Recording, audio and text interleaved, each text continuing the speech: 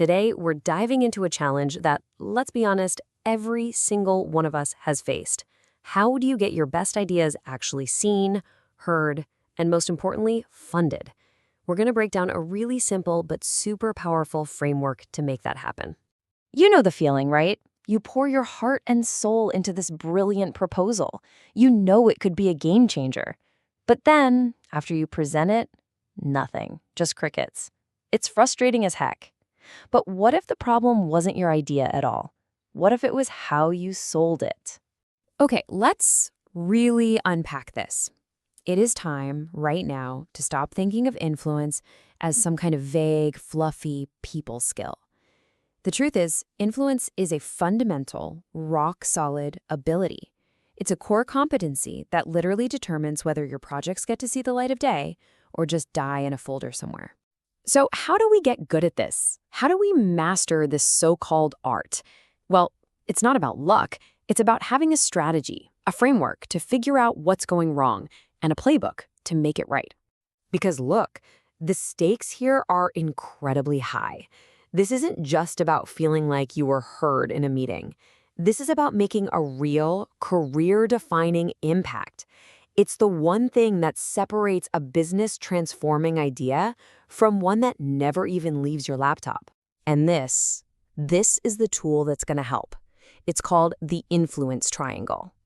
Think of it as a really simple, straightforward framework for figuring out exactly why your message isn't clicking with the people in charge. It's like a diagnostic tool for your pitch. So let's build this triangle piece by piece. The first side, the absolute foundation of the whole thing, is trust. It's the belief that you genuinely have the company's best interests at heart. The second side, that's clarity. This is all about your ability to take a complex, maybe messy idea and boil it down into something simple, memorable, and powerful enough to cut through all the noise. And the third side, the one that really drives action, is relevance.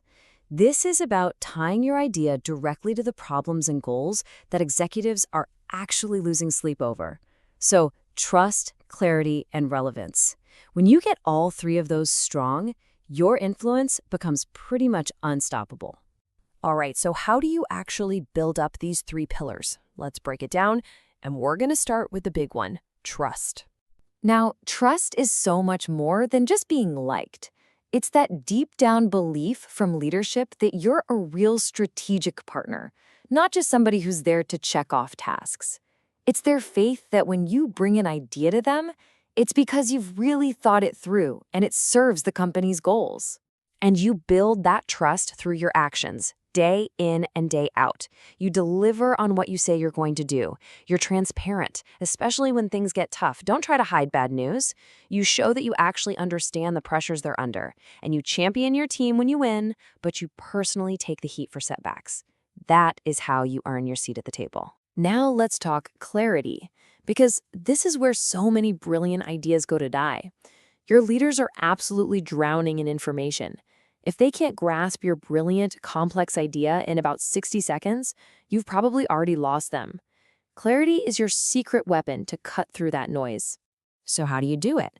Well, first, force yourself to distill your entire project into a single, killer sentence and lead with the outcome, the what and the why, long before you get lost in the weeds of the how. And use analogies. Calling a new system the central nervous system for our customer data is something people get instantly. And finally, we have relevance. This is the absolute key that turns a "that's a nice idea" into an "this is an urgent priority." You have to remember, if your project doesn't solve one of their biggest, most pressing problems, it's always going to feel like a distraction, no matter how clever it is. To really nail relevance, you have to start speaking their language.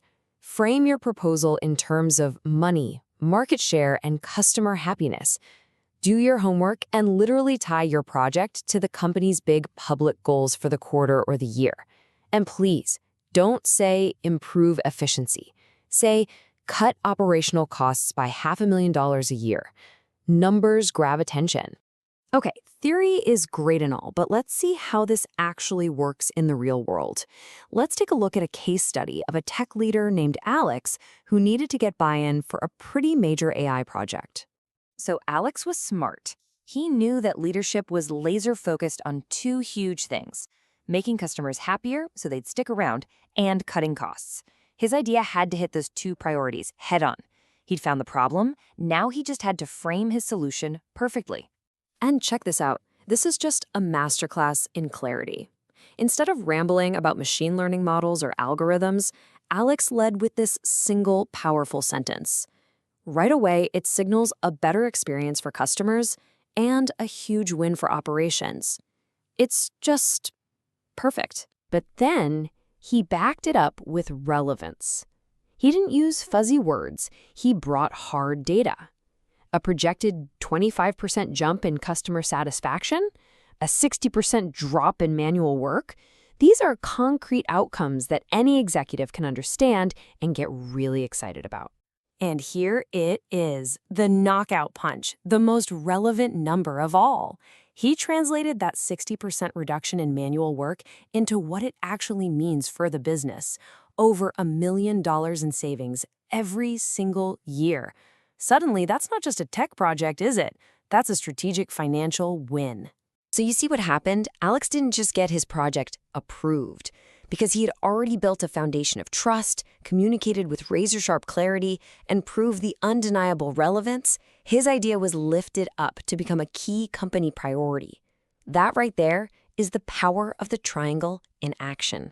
All right, let's bring this all back to you. Because this framework isn't some secret tool just for senior execs. It's a tool that absolutely anyone can use to make a bigger impact.